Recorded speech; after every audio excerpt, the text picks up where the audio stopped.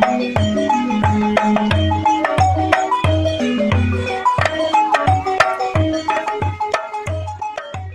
9 pays contributeurs au compte supplémentaire du budget ordinaire CSPO de l'Organisation internationale du travail, OIT, à savoir Allemagne, Belgique, Danemark, France, Italie, Luxembourg, Norvège, Pays-Bas et Suède, ont effectué une visite d'études à Abidjan du 5 au 7 octobre 2022. L'objectif de cette mission était de constater l'impact du CSPO sur les bénéficiaires, y compris son utilisation pour répondre aux enjeux émergents en Côte d'Ivoire, ainsi que son rôle dans le positionnement de l'OIT au sein de l'équipe de pays des Nations Unies. L'Organisation internationale du travail, elle est vraiment engagée depuis notamment 2015 avec l'adoption de la recommandation 204 sur la transition de l'économie informelle vers l'économie formelle.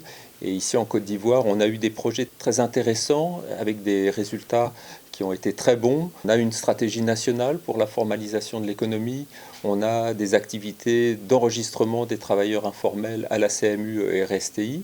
Et donc on veut partager ces bonnes expériences avec les autres pays, et notamment avec les pays bailleurs de fonds, en disant « Regardez, venez voir l'exemple de la Côte d'Ivoire ». En choisissant de visiter la Côte d'Ivoire cette année, les partenaires au développement démontrent ainsi leur intérêt pour comprendre comment l'agenda du travail décent est promu et mis en œuvre à travers les activités de l'OIT. Grâce aux interventions des activités financées par le CSPO, 10 formateurs, dont 5 femmes du comité intersyndical pour la transition vers l'économie formelle, CITEF, ont été formés aux outils FinCop, StarCop et gestion de coopératives de l'OIT qui a abouti à la création de coopératives modernes du vivrier de Marcory, Komovimar. Fofana Mariam, vendeuse de bananes plantains et produits vivriers au grand marché de Marcory, est membre de cette coopérative. Une activité héritée de sa mère qu'elle exerce depuis son jeune âge à côté de cette dernière, aujourd'hui à la retraite. Âgée de 43 ans et mère de 4 enfants, grâce à la coopérative, sa vie a changé. Celle qui pourtant a été durement éprouvée par la crise de la Covid-19, comme tous les acteurs du secteur informel, bénéficie aujourd'hui de la protection sociale et de la couverture maladie universelle, CMU. Mon commerce d'avant et puis maintenant, c'est pas la même chose. Maintenant, je gagne 2 fois. Quand on va en brousse, on vient, on place, on a le bénéfice de la coopérative qui est là. Et puis quand on prend la marchandise, chacun prend sa marchandise, vient vendre sur sa table. Je gagne encore sur ma table. Donc ça fait comme si je gagne 2 fois.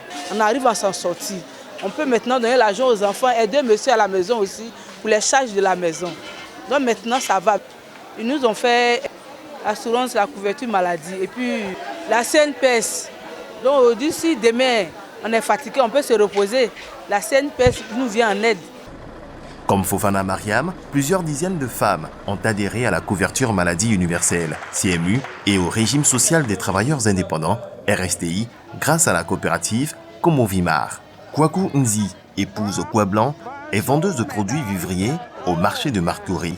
Présidente de la Komovimar, elle ne tarit pas d'éloges face aux progrès réalisés par l'ensemble de ses membres grâce à cette coopérative qui a changé leur vie.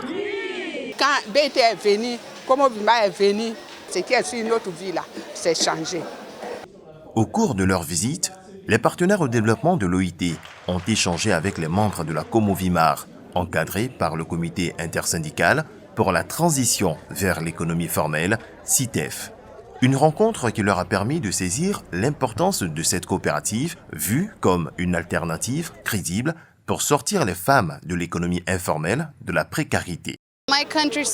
Mon pays, la Suède, vient tout juste de renouveler un accord avec l'OIT. Nous allons continuer à le soutenir. Nous sommes vraiment très fiers de le faire et c'est très important pour nous de rencontrer les femmes comme nous l'avons fait ici. Ces femmes ont effectivement bénéficié du soutien reçu et ce fut un plaisir et un honneur de les rencontrer aujourd'hui. À l'instar des autres pays, l'économie informelle occupe plus de 80% de la population active en Côte d'Ivoire, selon l'OIT. Les contributions des partenaires au développement de l'OIT au compte supplémentaire au budget ordinaire CSPO ont permis de soutenir le comité intersyndical pour la transition vers l'économie formelle, CITEF, dans la mise en œuvre d'une campagne d'information et de sensibilisation à l'importance de l'accès à la protection sociale à travers l'adhésion à la couverture maladie universelle, CMU.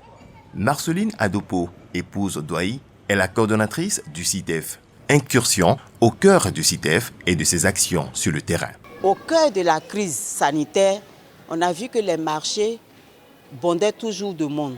Comment il fallait faire pour préserver la santé de nos membres qui sont dans les marchés.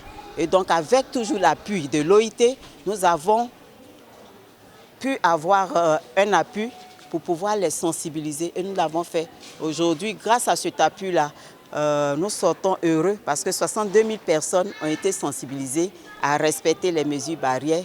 Ils ont bénéficié des kits, ils ont bénéficié de tout ce qu'il fallait pour pouvoir vraiment garder la santé. Katia Paredes Moreno, spécialiste principale des activités des travailleurs, Actrave, au bureau pays de l'OIT à Abidjan, a encadré ces acteurs de l'économie informelle. Elle situe l'importance et les enjeux des actions de l'OIT envers les organisations des travailleurs dans leur offre de services aux acteurs informels impactés par la crise de la Covid-19. L'objectif est de pouvoir renforcer la résilience des femmes travailleuses des marchés face aux impacts négatifs de la Covid-19.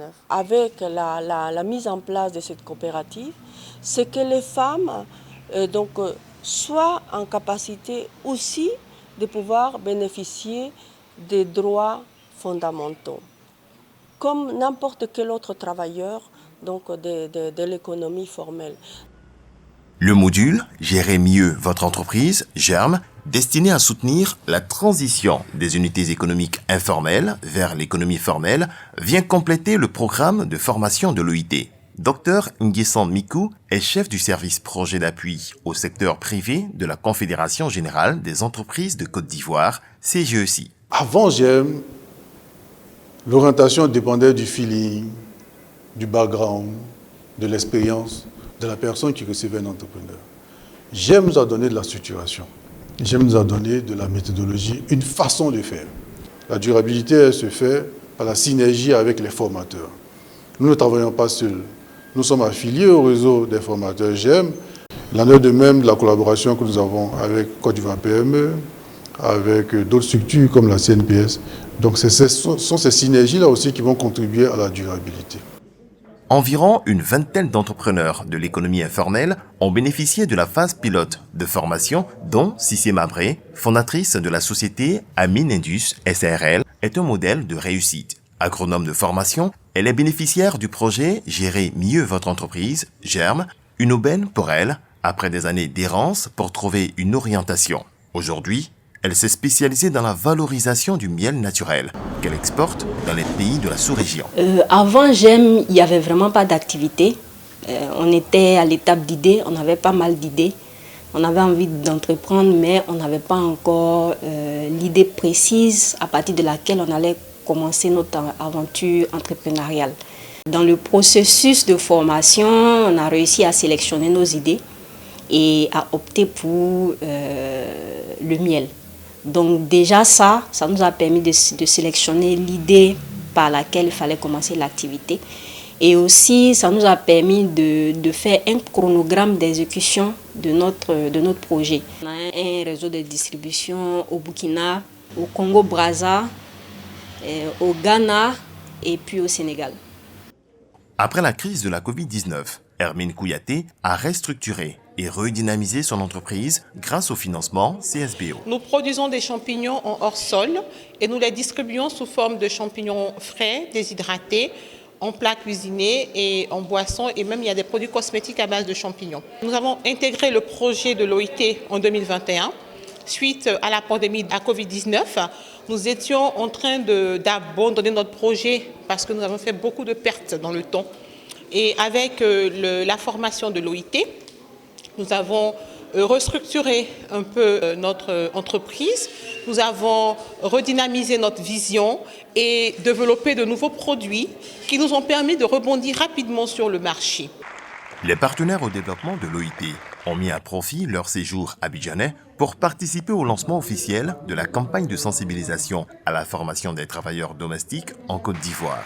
Cette activité, qui a vu la participation du ministre de l'Emploi et de la Protection sociale, a permis à Maître Adama Camara d'exhorter les employeurs du personnel de maison à les déclarer afin de leur permettre de conquérir leurs droits. Et les travailleurs dont il s'agit aujourd'hui, ceux qui sont à l'honneur, qu'on appelle les travailleurs domestiques, qu'on appelle les gens de maison, sont des travailleurs qui vivent notre quotidien, sont des travailleurs qui font corps avec nous. Et très souvent, en dépit de l'existence d'un dispositif législatif et un dispositif de protection sociale qui leur assure des droits, ils n'ont pas accès à ces droits. Avec le système des Nations Unies, nous avons décidé de faire la promotion de ces instruments existants à leur profit, qui sont des instruments de protection sociale, protecteurs de leurs droits, qu'il n'est pas permis de laisser sans protection. Donc, ce sont des mécanismes non seulement qui les protègent, mais qui améliorent leur pouvoir d'achat. Au terme de cette visite, les partenaires au développement de l'OIT tirent les leçons. C'est très inspirant de voir ces personnes vivre ensemble et travailler ensemble. Ils sont supportés par le ministère et par l'OIT, aussi bien sûr par les acteurs qui veulent travailler dans la formalisation de l'économie pour des meilleurs droits et protection des travailleurs, bénéfiques tant aux employés qu'aux employeurs, ainsi qu'à leurs familles et à la Côte d'Ivoire. Les 3 jours de mission m'ont permis ici de vraiment connecter les différents points d'intervention et de voir comment ces différentes interventions s'insèrent dans une stratégie à long terme qui vise à renforcer aussi la capacité des coopératives et du secteur informel, œuvrer pour améliorer les conditions de vie, mais qui essaie aussi en même temps d'augmenter la base d'imposition pour la Côte d'Ivoire à travers la formalisation des entreprises et ainsi renforcer le flux de revenus pour œuvrer pour les objectifs de développement durable. Donc ça m'a permis de bien comprendre la logique de l'intervention. Nous continuons à suivre certainement l'utilisation de l'argent de la coopération au développement belge à des fins de protection sociale. Le compte supplémentaire du budget ordinaire, CSBO, est devenu un dispositif de financement essentiel qui permet à l'OIT et à ses partenaires au développement de faire progresser la réalisation de l'agenda du travail décent et des objectifs de développement durable connexes.